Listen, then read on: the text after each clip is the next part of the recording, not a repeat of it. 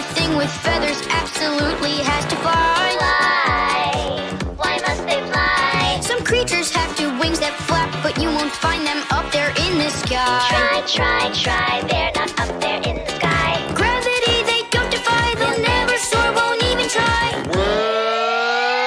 Have you heard about the flightless bird? Flightless bird. With wings that flap, they've been supplied, but after that things went awry. Well, have you heard about the flightless bird? Flightless bird. They're quite content, they're on the ground. To see them, don't look up, look down. Ostrich, kiwi, penguin, emu. They all can't fly. Play a little kazoo.